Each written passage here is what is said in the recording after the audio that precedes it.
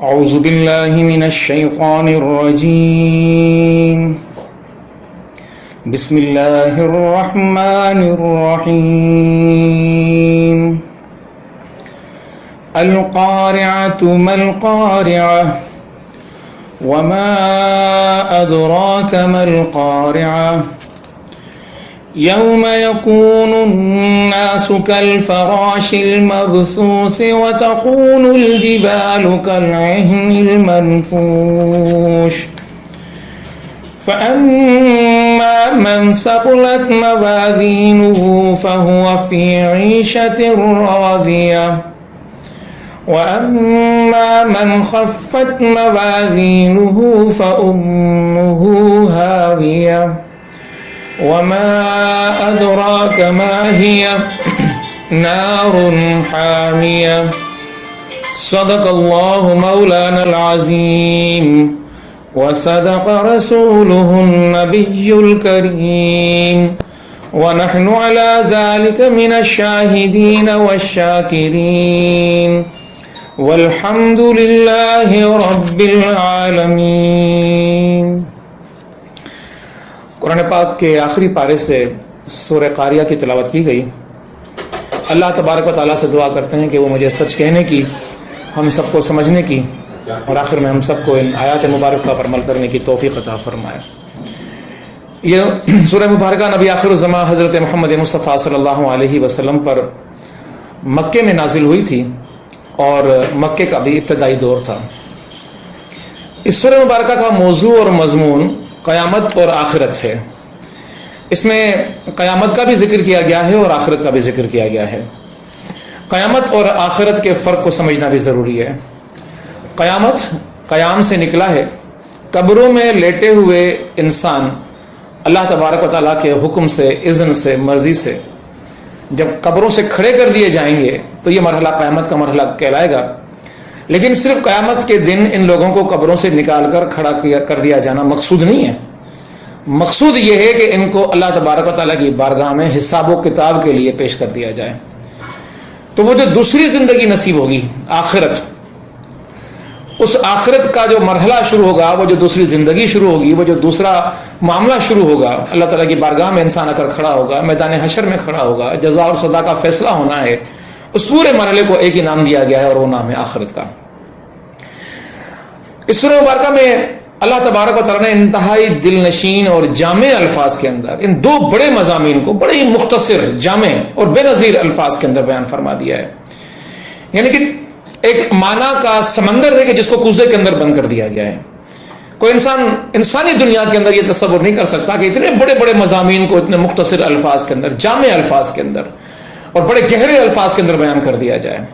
جیسا کہ اس سورہ مبارکہ کا پہلا لفظ ہے القاریہ. اردو میں اس کی معنی کی جاتی ہے کھڑ کھڑانے والی، اور مفسرین نے اس کی مختلف معنی بیان فرمائی ہیں. مولانا مودودی رحمۃ اللہ علیہ اپنی تفسیر تفہیم القرآن کے اندر بیان فرماتے ہیں کہ قاریہ کے معنی ٹھونکنے والی. کسی چیز کو کسی چیز پر زور سے مار دیا جائے اور اس سے جو آواز پیدا ہوتی ہے اس کے نتیجے میں اس کو قاریہ کہا جاتا ہے. مولانا امین حسن اسلائی صاحب نے اس کھٹکھٹانے کی معنی اور انداز میں بیان فرمائی ہے.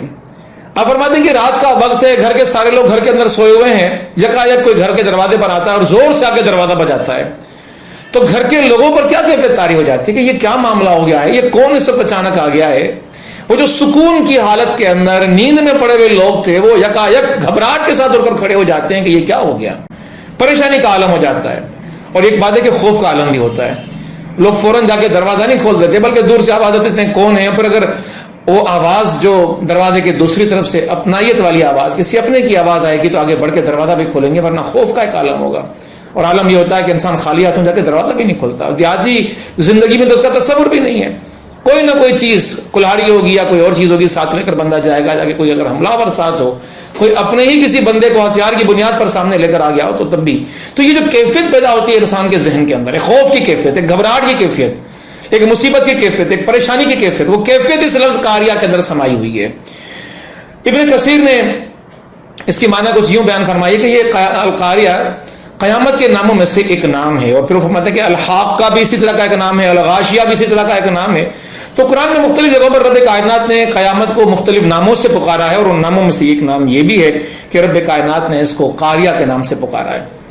سندھی زبان میں بھی یہ لفظ استعمال ہوتا ہے، سندھی زبان کے اندر قاریوں کا لفظ استعمال ہوتا ہے ایک پیشہ کے لحاظ سے، ایک مخصوص پیشے سے متعلق لوگوں کے لحاظ سے، اور وہ پیشہ یہ کہ وہ جو قدیم لوگ، اور اب بھی اس دنیا کے اندر وہ قدیم لوگ اس پیشے کو جاری رکھے ہوئے ہیں۔ دیہاتوں کے اندر یہ بات عام نظر آتی ہے کہ ہمارے عموماً یہ مثال دی جاتی ہے، نظر آتا ہے کہ غیر مسلم لوگ ہمارے جو سندھ کے اندر قدیمی ہمارے آبادی کا حصہ ہیں، وہ لوگ جو غربت کی زندگی بھی گزار رہے ہیں، ان لوگوں نے اپنے مختلف جھونپڑے بنا رکھے ہوتے ہیں دیہاتوں کے اندر، اور ان کے اندر وہ آگ کی بھٹیاں بنا کر لوہے کے مختلف چیزوں کو رکھ کر آگ کے اندر چیزوں کو جھلساتے ہیں، گرم کرتے ہیں، تپاتے ہیں، اور جب لوہا بالکل لال ہو جاتا ہے تو ایک بندہ ایک بڑا زوردار بھاری ہتھوڑا لے کر اس کے اوپر مار رہا ہوتا ہے، اور اس سے وہ مختلف قسم کے اوزار بنا رہے ہوتے ہیں، درنتیاں بنا رہے ہوتے ہیں، کلاڑیاں بنا رہے ہوتے ہیں، تو مختلف قسم کی چیزیں بن رہی ہوتی ہیں۔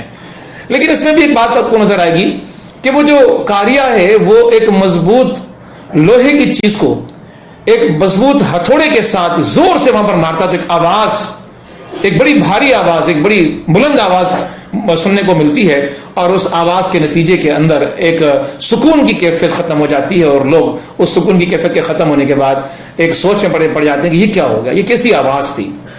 اس کے علاوہ ایک اور چیز بھی ہے کہ کھڑکھڑانے کے اندر ہم نے کھڑکھڑاہٹ کا ایک اور عام سا مثال دیکھتے ہیں کہ ڈبیا کے اندر بچے عام طور پر کنکریاں لے کے اس کو کھنکھنا رہے ہوتے ہیں، بجا رہے ہوتے ہیں۔ ہوتا یہ کہ وہ جو ڈبیا کے اندر جو کنکریاں موجود ہوتی ہیں وہ کبھی اس دیوار میں کبھی اس دیوار میں زور زور سے لگنے کے نتیجے کے اندر اس پہ دھول میل مٹی وہ ساری اڑ رہی ہوتی ہے، ختم ہو رہی ہوتی ہے۔ لیکن اس زوردار کشمکش کے اندر ان پتھریوں کے اوپر جو کچھ بھی موجود ہوتا ہے وہ کچھ باقی نہیں بچتا۔ اب ذرا تصور کیا جائے کہ یہ جو قیامت کا منظر رب کائنات نے یہاں بیان فرمایا ہے، جب یہ رونما ہوگا تو کیا عالم ہوگا۔ ایک زوردار جھٹکا ہوگا، ہلچل ہوگی، اور ہلا ڈالا جائے گا پوری زمین کو، جس طرح کنکریاں کسی ڈبیا کے اندر ڈال کے ہلا ڈالی جائیں، کبھی اس دیوار میں کبھی اس دیوار میں، زمین کے ساتھ یہ حالت کر دی جائے، تو زمین کے اوپر موجود کوئی بھی چیز جو کھڑی ہوئی ہے، قائم ہے، وہ کھڑی نہیں رہ پائے گی، وہ گر جائے گی، اور اس اپنا وجود باقی نہیں رکھ پائے گی۔ نہ درخت باقی بچیں گے، نہ عمارتیں باقی بچیں گی، نہ پہاڑ باقی بچیں گے، ہر چیز ختم ہو جائے گی۔ تو ایک ایسا لفظ رب کائنات نے یہاں انتخاب کیا، منتخب کیا، کہ جس کو استعمال کر کے رب نے اس پوری ہیبت نابی کو، پوری ہولناکی کو رب کائنات نے بیان کر دیا کہ قیامت کا وقوع کس خطرناک انداز سے ہوگا، کہ لوگ اپنی سکون کی زندگی کے اندر موجود ہوں گے، لوگ اپنی آرام کی زندگی کے اندر موجود ہوں گے، لوگ اپنے گھروں کے اندر موجود ہوں گے، لوگ اپنی دنیا داری کے اندر موجود ہوں گے، لوگ اپنے معمولات زندگی کے اندر مشغول ہوں گے، کہ یکایک ایک ایسی آواز بلند ہوگی، ایک ایسی کھڑکھڑاہٹ ہوگی، زمین زور سے ہلا ڈالی جائے گی کہ زمین پر جو کچھ موجود ہے وہ سب کا سب ختم ہو جائے گا، دفن ہو جائے گا زمین کے اندر۔ اور پھر ایک دوسری اللہ رب العالمین کی طرف سے حکم کے نتیجے کے اندر آواز پیدا کی جائے گی، سور بھونگی جائے گی، اور اس سور بھونکنے کے نتیجے کے اندر پھر یہ قبریں دوبارہ پھاڑ دی جائیں گی۔ وَإِذَا الْقُبُورُ بُعْثِرَتْ، قبریں پھاڑ دی جائیں گی، قبروں میں لیٹے ہوئے انسان قبروں سے کھڑے ہو جائیں گے، اور وہ حیرت کے عالم میں ہوں گے کہ یہ کیا ہو گیا۔ بڑا عجیب منظر ہوا انسان کے لیے۔ وہ ذرا تصور تو کرے کہ جس نے دنیا کی زندگی کے اندر آخرت کو، قیامت کے بعد کے مناظر کو ذہن میں نہ رکھا اور دنیا کے لیے زندگی گزاری ہو، تو پھر کیا عالم ہوگا اس انسان کا کہ جو دوبارہ اٹھا دیا جائے گا۔ وہ تو دنیا کے چاروں طرف، قبر سے اٹھنے کے بعد اپنے چاروں طرف وہ ساری چیزیں دیکھ رہا ہوگا جن کو دنیا کی زندگی کے اندر وہ سمیٹ رہا تھا، لیکن اب ان کی طرف کوئی نگاہ اٹھا کر دیکھنے والا نہیں ہوگا۔ تو دنیا کی اس زندگی کے اندر اسی نے ہماکی کو کہ انسان آخرت کو بھول جائے۔ اقبال نے کہا ہے کہ عصر حاضر ملک الموت ہے تیرا، جس نے قبض کی روح تیری، دے کے تجھے فکر معاش، فکر معاش دے کر انسان کو اس زندگی نے اپنے رب سے دور کر دیا۔ لیکن رب کائنات اس انسان کو چونکا رہا ہے، رب کائنات اس انسان کو خبردار کر رہا ہے، رب کائنات اس غفلت میں ڈوبے ہوئے انسان کو جھنجھوڑ رہا ہے۔ یوں محسوس ہوتا ہے کہ رب کائنات اس بندے کو پکڑ کر زوردار آواز میں اس کو جھنجھوڑ رہا ہے کہ القاریہ تم القاریہ وما ادراک ما القاریہ، کھڑکھڑانے والی، اور تجھے کیا معلوم کہ وہ کھڑکھڑانے والی کیا ہے۔ رب کائنات انسان کو، اس غافل انسان کو متنبہ کر رہا ہے، باخبر کر رہا ہے، غفلت کی نیند سے اس کو جگا رہا ہے۔ مفسر فرماتے ہیں کہ یہ جو مل قاریہ ہے یہ ایک سوالیہ ہے، سوالیہ انداز ہے۔ تمہیں کیا معلوم کہ قاریہ کیا ہے؟ حیرت کی بات کہ تمہیں اس قیامت کو تم بھول چکے تھے۔ سوال کیا جا رہا ہے کہ تمہیں کیا معلوم، بس پوچھا جا رہا ہے کہ تم بتاؤ کہ تمہیں اگر یہ قیامت تمہارے ذہنوں کے اندر ہوتی، تمہاری سوچ کے اندر ہوتی، تمہاری فکروں کے اندر موجود ہوتی، تو کیا یہ ممکن تھا کہ تم قیامت کو بھول جاتے؟ یہ ہولناکیاں تمہارے سامنے ہوتی، یہ قیامت اگر تم اپنی نگاہوں سے دیکھ چکے ہوتے، اور انسان دیکھ بھی رہا ہوتا ہے دنیا کی زندگی کے اندر اس قیامت کے مختلف مراحل کو، مختلف چیزوں کو، مختلف اندازوں کو، دنیا کی بے ثباتی کو، دنیا کے اندر موجود زلزلوں کو، دنیا کے اندر موجود آفتی وباؤں کو. اور جیسا کہ آج کل کے اس دور کے اندر یہ جو کورونا کی وبا آئی ہوئی، کیا قیامت سے کم ہے؟ یہ قیامت کی علامت نہیں ہے یہ کہ انسان اپنے ساری تدبیروں کے باوجود انسان بے بس ہو گیا ہے. خدا نے انسان کو بتا دیا کہ تو کہتا تھا نا کہ نہیں سائنس سب کچھ ہے، اور تو سائنس کو خدا سمجھ کر بیٹھ گیا تھا، تو تیری سائنس کہاں ہے آج؟ یہ لاکھوں لوگ اس وبا کے ذریعے مر گئے. اصل بات تو رب کائنات کی ہے. وہ چاہے گا تو یہ ختم ہوگی، وہ چاہے گا تو تمہارے ان سائنسدانوں کے ذہنوں میں اور عقلوں میں وہ بات ڈال دے گا کہ اس کو کس طرح روکا جا سکتا ہے. تو جب تک رب اس کو نہیں روکے گا یہ چیز رکنے کی نہیں ہے. القاریہ ملقاریہ. پھر رب کائنات انسان کے عقل کو اور شعور کو اور سمجھ کو اور فہم کو رب کائنات چیلنج کرتا ہے کہ وما ادراک ملقاریہ. تمہارا ادراک، تمہاری سمجھ، تمہاری سوچ اس قاریہ کی ہولناکیوں کو اپنے اندر سمو نہیں سکتی. یہ کس قدر ہولناک ہے، یہ کس قدر خطرناک ہے، یہ کس قدر تباہ کن ہے. یعنی کہ تمہارے عقل کے پیمانے تو بڑے محدود ہیں. انسان دنیا کے اندر چیزوں سے تشبیہ دے کے سمجھ رہا ہوتا ہے. جیسے کہ میں نے آپ کے سامنے کورونا کی ایک مثال پیش کی. اس سے پہلے مختلف وبائیں آئیں، اس سے پہلے خود پاکستان کے اندر زلزلے آئے، سرحد کے اندر بہت بڑا زلزلہ آیا، کشمیر کے اندر زلزلہ آیا، تباہیاں آئیں. پھر ہم نے سمندری طوفان یہاں پاکستان کے اندر دیکھے، سندھ کے اندر دیکھے. تو یہ جو طوفان آئے سمندری، یہ جو زلزلے آئے، اور یہ جو وبائیں آئیں، یہ مختلف انداز ہے. اور ہمیں انہیں کے پیمانوں پہ ہم ناپ رہے ہوتے ہیں کہ قیامت شاید ایسی ہوگی، لیکن معاملہ ایسا نہیں ہے. خدا کہتا ہے کہ یہ تو بڑی معمولی چیزیں ہیں اس قیامت کی بڑی ہولناکی کے سامنے، کہ جس ہولناکی کو تمہاری یہ ذہن اپنے دائروں میں سمیٹ نہیں سکتی. تمہاری سمجھ، تمہاری عقل، تمہارا فہم، تمہارا شعور، تمہاری ادراک، یہ معمولی چیزیں اس قیامت کی ہولناکی، یہ ناپ نہیں سکتی اس کو. اس قدر ہولناک، اس قدر خطرناک اور اس قدر بھیانک تصور ہے اس قیامت کا کہ انسان اس کے بارے میں سوچ نہیں سکتا. اللہ تبارک و تعالیٰ نے بڑے مختلف انداز کے اندر ان حوالوں سے یہاں پر بات کی ہے کہ القاریہ ملقاریہ وما ادراک ملقاریہ. پھر رب کائنات نے اگلی آیت کے اندر اس کی ہولناکی کو مزید کھول کر بیان کرنے کے لیے دو مثالیں دے دیں. یوم یکون الناس کالفراش المبثوث. اس دن ہو جائیں گے، یوم یکون الناس انسان کالفراش المبثوث. اللہ رب العالمین نے پتنگوں کی حالت یہ ہو جائے گی کہ انسان بکھرے ہوئے پتنگوں کی مانند ہو جائے گا، بکھرا ہوا پتنگا، کالفراش المبثوث. اب ذرا پتنگے پر غور کر لیں کہ پتنگے کی حیثیت کیا ہے، پتنگے کی وقت کیا ہے، پتنگے کی قیمت کیا ہے. انسان کو رب کائنات بتا رہا ہے کہ تیری حیثیت، تیری قیمت، تیری وقت پتنگے کے برابر ہو جائے گی. یوم یکون الناس کالفراش المبثوث. اس دن انسان کی حالت یہ ہوگی کہ بکھرے ہوئے پتنگوں کی مانند ہو جائے گا، بکھرے ہوئے پتنگے. اب یہ پتنگے ہم دنیا کے اندر دیکھ رہے ہوتے ہیں، موم بتی ہم جلاتے ہیں، اس کی جب لو جلتی ہے، روشنی ہوتی ہے، تو پتنگے آتے ہیں اس کو چومنے کی کوشش کرتے ہیں، اور اس چومنے کی کوشش کے اندر وہ جل کے مر جاتے ہیں، جمع ہو جاتے ہیں. اب ان پتنگوں کو اکٹھا کر کے کوئی لے جائے اور کہ کوئی مجھ سے خریدے تو کوئی نہیں خریدتا، کوئی حیثیت نہیں ہوتی. یہ حیثیتوں کے معیارات انسانوں نے دنیا کے اندر بنائے ہوئے ہیں کہ میں فلاں خان ہوں، تو فلاں خان ہے، میں فلاں سردار ہوں، تم فلاں سردار ہو، میں فلاں نواب ہوں، تم فلاں نواب ہو، تم فلاں برادری کے ہو، میں فلاں برادری کا ہوں. یہ جو حیثیتوں کے تم نے پیمانے دنیا کے اندر مقرر کر دیے ہیں، یہ سارے پیمانے یہ قیامت ختم کر دینے والی ہے. یوم یکون الناس کالفراش المبثوث. بکھرے ہوئے پتنگوں کی سی حیثیت ہو جائے گی، کوئی حیثیت نہیں ہوگی، کوئی وقت نہیں ہوگی، کوئی قیمت نہیں ہوگی اس انسان کی. قیامت کے دن انسان یوں ہی بکھرا ہوا پڑا ہوگا، لاشیں ہی لاشیں پڑی ہوئی ہوں گی، کوئی دفنانے والا نہیں ہوگا، کوئی کفنانے والا نہیں ہوگا، کوئی غسل دینے والا نہیں ہوگا، کوئی جنازہ پڑھنے والا نہیں ہوگا. انسانوں کی لاشیں ہی لاشیں ہوں گی جو چاروں طرف پڑی ہوں گی، بے وقت لاشیں، بے حیثیت لاشیں. انسان، خدا رب ذوالجلال اس انسان سے مخاطب ہوا ہے یوم یکون الناس. یہ انسان خود کو کیا سمجھتا ہے، کتنا معتبر سمجھتا ہے، کتنا تکبر کرتا ہے اس دنیا کے اندر. تھوڑی سی خدا نے عقل کیا دے دی، اس دنیا کے اندر کہتا ہے کہ انا ربکم الاعلی، اپنے آپ کو رب کہنے کے سے بھی باز نہیں آتا. اس انسان کا عالم تو یہ ہے کہ اگر کسی ایک کمیونٹی کے اندر بھی ہم دیکھ لیں، ایک چھوٹے سے گروہ کے اندر بھی دیکھ لیں، تو ان کے درمیان بھی اگر تھوڑا سا عقل میں بڑھ کر کوئی انسان ہوتا ہے تو باقی سب کو اپنا غلام سمجھنا شروع کر دیتا ہے، کم عقل سمجھنا شروع کر، ان کی تحقیر کرنا شروع کر دیتا ہے، ان کی تذلیل کرنا شروع کر دیتا ہے.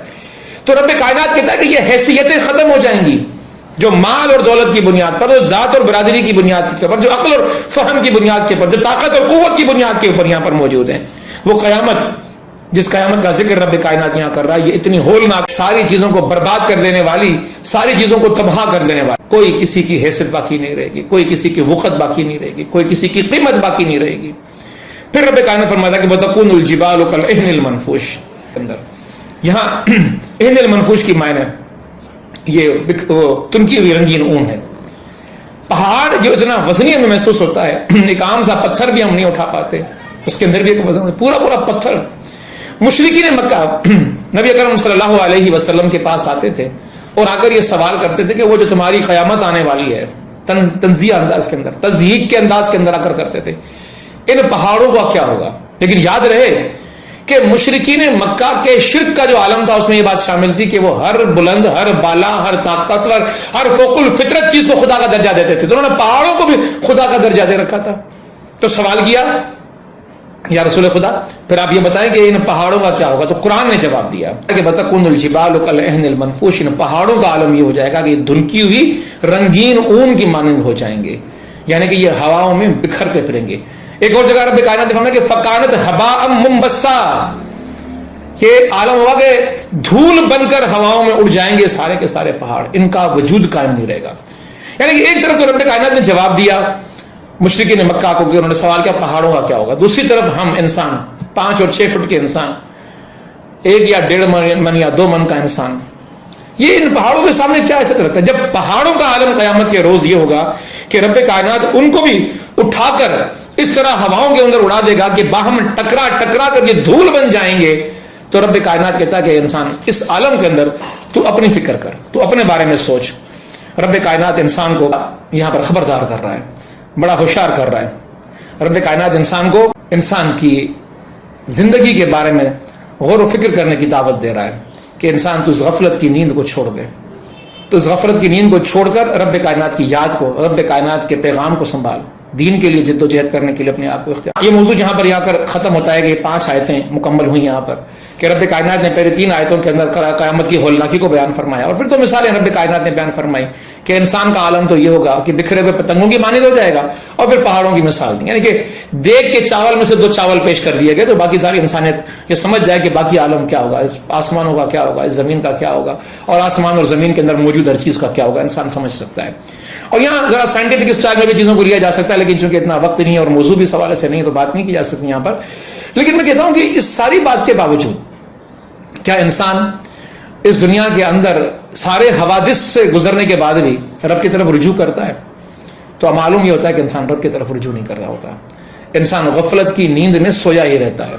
بہت ہی کم لوگ ایسے ہوتے ہیں کہ جو غفلت کی نیند سے بیدار ہو کر اس آخرت کی فکر کو اختیار کر رہے ہوتے ہیں.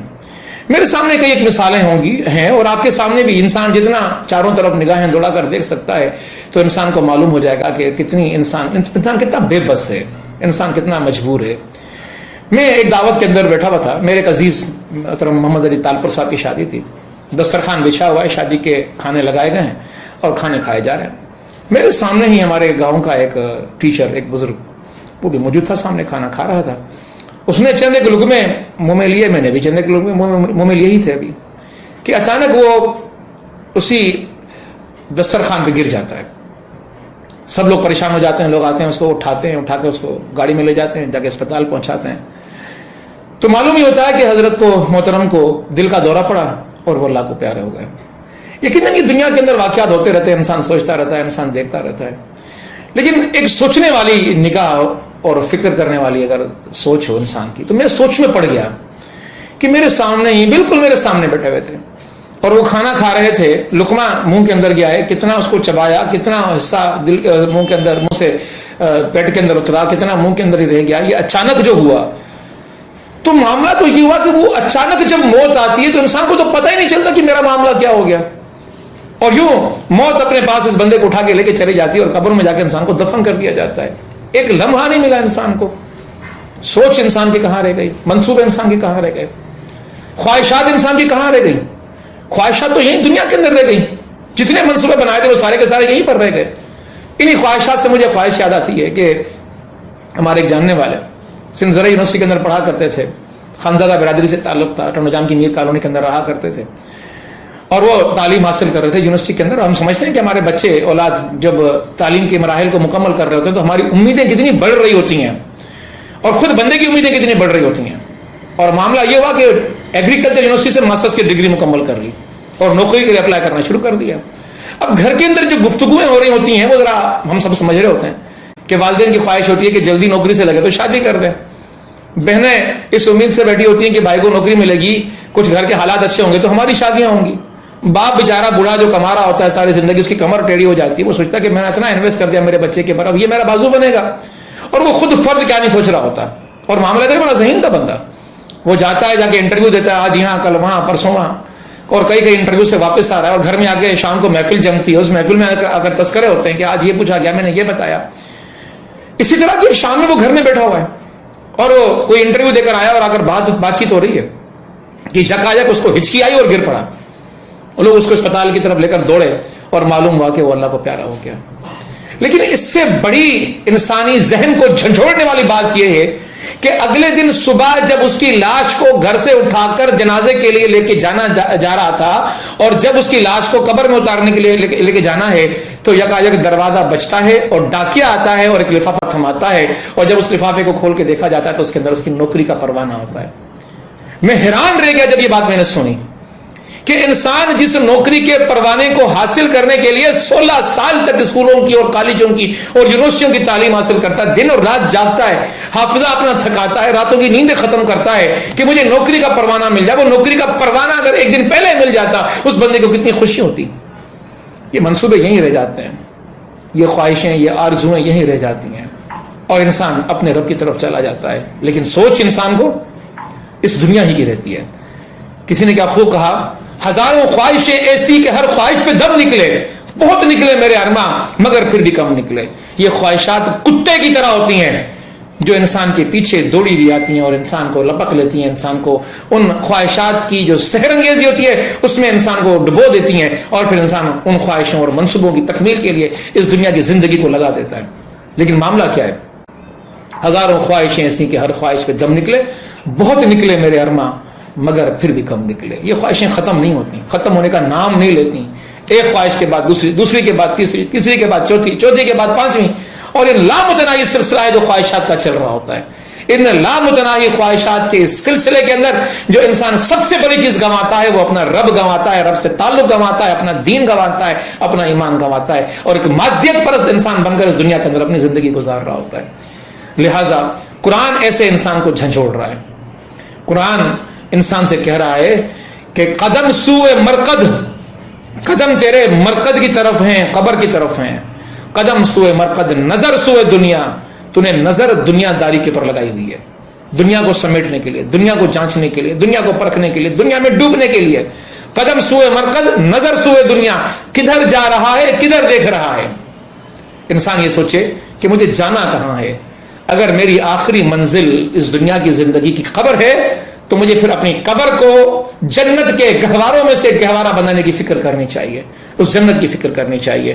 اور اگر مجھے جنت میں نہیں جانا تو پھر انسان بھلے اس دنیا کے اندر جو کچھ چاہے دنیا کے لیے کرتا رہے, یا دنیا کے اوپر, دنیا کی زندگی پر اتنا یقین ہے اور آخرت پر یقین نہیں ہے تو پھر انسان سے کوئی معاملہ نہیں ہے, کوئی اس سے مکالمہ نہیں ہے, پھر انسان جو چاہے اس دنیا کے اندر کرتا رہے. اب رب کائنات وہ 5 باتیں کہنے کے بعد, القاریہ ما القاریہ وما ادراک ما القاریہ, یوم یکون الناس کالفراش المبثوث وتکون الجبال کالعہن المنفوش. قاریہ, اور تمہیں کیا معلوم کہ وہ قاریہ کیا ہے, اور تمہیں کیا ادراک کہ وہ قاریہ کیا ہے. جس دن انسانوں کا عالم یہ ہو جائے گا کہ وہ بکھرے ہوئے پتنگوں کی مانند ہوں گے, اور جس دن عالم یہ ہو جائے گا کہ پہاڑ دھنکی ہوئی رنگین اون کے مانند ہوں گے.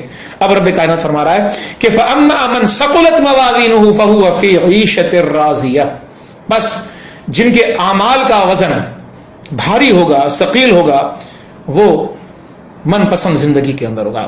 سید مودودی رحمۃ اللہ علیہ فرماتے ہیں کہ موازینہ موضوع کی معنی میں بھی آ سکتا ہے اور موازین کی معنی میں بھی آ سکتا ہے, دونوں معنی ہو سکتی ہیں.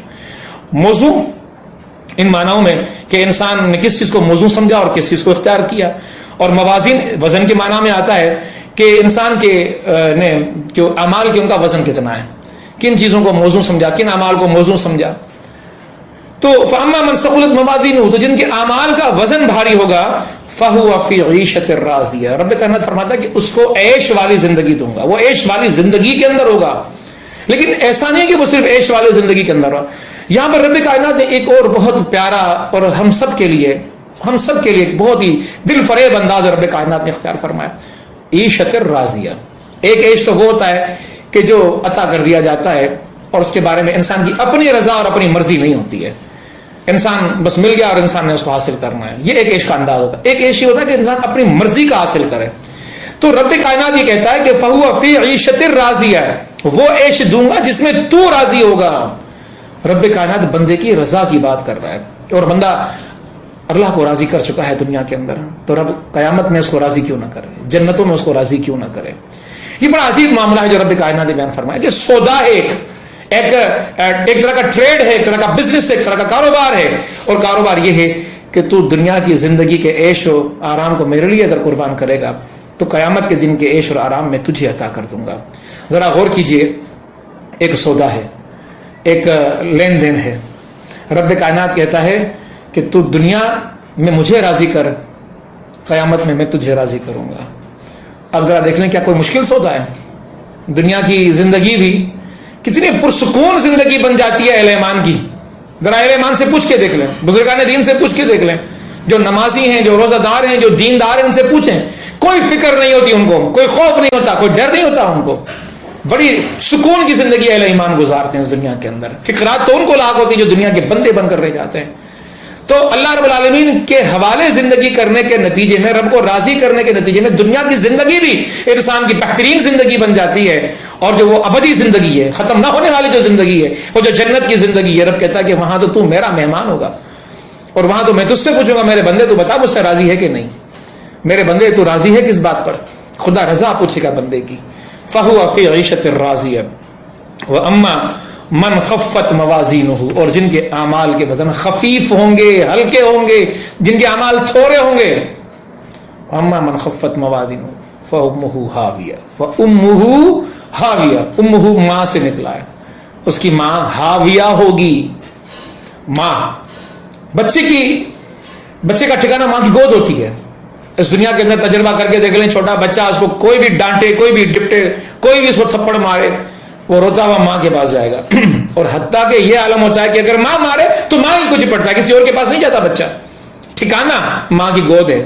تو رب کائنات فرماتا ہے کہ جو دنیا کے بندے بن جاتے ہیں، آخرت کی فکر کو چھوڑ دیتے ہیں، دنیا داری کے اندر غرق ہو جاتے ہیں، دنیا داری کے اندر محو ہو جاتے ہیں، دنیا جن کی سوچ بن جاتی ہے، دنیا جن کی فکر بن جاتی ہے، یقیناً وہ اللہ کے لیے اعمال کا خزانہ جمع نہیں کر پاتے. وہ لوگ، ان کے اعمال بہت تھوڑے ہوتے ہیں، بہت قلیل ہوتے ہیں ان کے اعمال. اور پھر عالم یہ ہوتا ہے کہ ان قلیل اعمال کے ساتھ جب اللہ کی بارگاہ کے اندر کھڑے کر دیے جائیں گے تو رب کائنات فرما رہا ہے کہ جس دنیا کی زندگی کے لیے تم نے اعمال کیے، اس دنیا کو تم نے ماں سمجھ رکھا تھا اور اس کی خدمت میں تم لگ گئے تھے، تم وہاں کے عیش و آرام کے اندر لگ گئے تھے. اب چونکہ دنیا کو بھی جہنم میں ڈال دیا گیا ہے تو تیری ماں چونکہ جہنم میں ہے تو تجھے بھی جنت کے اندر جانا پڑے گا. اور یہ بندہ اپنی ماں اس دنیا کے ساتھ اس جہنم کی آگ میں جلنے کے لیے چلا جائے. کوئی مفسر کہتا ہے کہ یہ تو رب کائنات نے انسان کو خبردار کیا ہے. ابن کثیر فرماتے ہیں کہ ام کے معنی یہ ہے کہ یہ ام چونکہ وہ دماغ کی تشبیہ دیتے ہیں اس کو کہ سر کے بل گھسیٹ کر جہنم میں ڈال دیا جائے گا. مختلف مفسرین نے مختلف اس کے معنی کیے ہیں، لیکن میں اگر فی ظلال القرآن سے معنی نکالوں، سید قطب شہید عظیم جو مفسر قرآن ہیں فرماتے ہیں کہ یہ تنزیہ انداز ہے رب کائنات کی طرف سے دنیا پرستوں کے لیے، دنیا پرستوں کے اوپر رب کائنات طنز کر رہا ہے.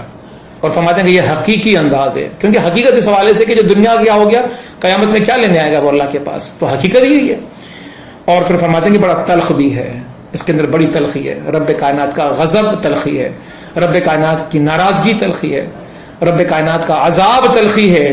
یہ اس بندے کو ملے گی کہ جو بندہ رب کائنات کو بھول کر اس دنیا کی زندگی کے اندر غرق ہو جاتا ہے. اور قطب شہید فرماتے ہیں کہ اس کا تصور نہیں کیا جا سکتا کہ یہ کس قدر تلخ ہوگی، کس قدر تلخ حقیقت ہوگی. اور یہاں پر یہ بات آئی فامہ ہاویہ. ہاویہ کیا ہے؟ جہنم، جہنم کا ایک نام، جہنم میں ڈال دیا جائے گا. اور پھر جہنم کے حوالے سے تو اس کی وضاحت میں کئی احادیث ہیں. مسند احمد کے اندر ہے آپ صلی اللہ علیہ وسلم فرماتے ہیں کہ یہ آگ ہے جو تمہاری اس دنیا کی آگ سے 70 گنا زیادہ گرم ہے. فرمایا کہ وہ ایک آگ اور یہ 69 آگیں ملاؤ تو جا کے وہ ایک آگ بنتی ہے. پھر ایک اور حدیث کے اندر آتا ہے, طبرانی کے اندر ہے, اور پھر اللہ کے نبی صلی اللہ علیہ وسلم نے فرمایا کہ تمہاری اس آگ اور اس آگ جو جہنم والی آگ ہے اس میں نسبت یہ ہے کہ اس کا جو دھواں ہے کالا دنیا کی آگ کا, اس جہنم کی آگ کے دھوئیں اس آگ کا رنگ, یہاں دنیا کی آگ کا رنگ لال ہوتا ہے, اس آگ کا رنگ کالا ہوگا, سیاہ ہوگا. فرمایا کہ یہ دھواں بھی سیاہ ہوتا ہے, تو فرمایا کہ دھواں جو سیاہی کے اندر یہ ایک حصہ ہے, اس دھوئیں کو 69 مرتبہ زیادہ سیاہ کرو تو جا کے جہنم کی آگ کی صورت بنے گی, اس کی شکل بنے گی. ایک اور حدیث کے اندر آتا ہے, ترمذی میں اور ابن ماجہ میں ہے, آپ صلی اللہ علیہ وسلم فرماتے ہیں کہ جہنم کی آگ کو 1000 سال تک جلایا گیا تو یہ لال ہو گئی, سرخ ہو گئی. پھر فرمایا کہ مزید 1000 سال تک جلایا گیا تو یہ اب سفید ہو گئی. پھر فرمایا کہ مزید 1000 سال تک جلایا گیا تو پھر یہ سیاہ ہو گئی. ایک اور حدیث کے اندر آتا ہے اس آگ کا رب کائنات نے ایک منظر پیارے پیغمبر محمد مصطفیٰ صلی اللہ علیہ وسلم کو سمجھایا, اور پھر آپ صلی اللہ علیہ وسلم نے ہمیں سمجھایا مسند احمد کے ذریعے سے. آپ فرماتے ہیں کہ سب سے ہلکے عذاب والا جہنمی, سب سے ہلکے عذاب والا جہنمی وہ ہوگا کہ جس کے پاؤں میں جہنم کی جوتی پہنائی جائے گی, اور وہ جہنم کی جوتی کے اندر جو آگ کی شدت ہوگی وہ یہ ہوگی کہ وہ جو سر کے اندر بھیجا ہے, یہ بھیجا عام طور پہ سائنس بھی بتا رہی ہے کہ یہ بھیجا ایک بحری جہاز کی طرح سر کے اندر, کھوپڑی کے اندر پانی بھرا ہوا وہاں تیر رہا ہوتا ہے, تو وہ جو پانی ہے وہ اس آگ کی شدت کی وجہ سے ابلنے لگے گا, اور ذہن کی حالت یہ ہوگی کہ وہ جو بھیجا ہے اس آگ کی وجہ سے وہاں پر ابل رہا ہوگا, یہ عالم ہو جائے گا, یہ کیفیت ہو جائے گی اس آگ کی وجہ سے. تو رب کائنات نے یہاں اعمال کی بات کی, انسان کی. 5 آیتیں پہلے قیامت کی وضاحت کے لیے تھیں, پھر 2 آیتیں اعمال کے حوالے سے آئیں کہ فاما من ثقلت موازینہ فهو فی عیشۃ راضیہ واما من خفت موازینہ فامہ ہاویہ. ان 4 آیت کے اندر رب کائنات نے اس ہاویہ کی پوری تصویر کشی بیان فرمائی. اب ہم یہ سوچ رہے ہیں بات کہ ہمیں کرنا کیا ہے. کسی شاعر نے کیا خوب بات کہی کہ ایک دن مرنا ہے آخر موت ہے, ایک دن مرنا ہے آخر موت ہے, کر لیں جو کرنا ہے آخر موت ہے, کر لیں جو کرنا ہے آخر موت ہے. اینڈ جو ہے وہ موت ہی ہے, اختتام موت ہی ہے, انتہا موت ہی ہے. کوئی بندہ یہ نہیں کہہ سکتا کہ میں نہیں مروں گا. جب موت اتنی سچی حقیقت ہے تو پھر زندگی میں اس کو یاد رکھنا یہ ہم کیوں نہیں اپنے لیے ضروری سمجھتے. ایک اور شاعر نے کہا جو کام بھی کرنا ہے یہ سوچ کے کرنا, جو کام بھی کرنا ہے یہ سوچ کر کرنا, افلاک کے پردوں سے خدا دیکھ رہا ہے. اگر انسان دنیا کی زندگی کے اندر یہ سوچ رکھ لے کہ مجھے جو بھی دنیا کے اندر اعمال کرنے ہیں وہ اپنے رب کی رضا جوئی کے لیے کر رہے ہیں تاکہ میری آخرت سنور سکے. اللہ تعالیٰ سے دعا کرتے ہیں کہ اللہ تعالیٰ ہمیں اس آخرت کی حقیقی فکر اختیار کرنے کی توفیق عطا فرمائے. اقول قولی ھذا استغفر اللہ لی ولکم ولسائر المسلمین فاستغفروا انہ ھو الغفور الرحیم.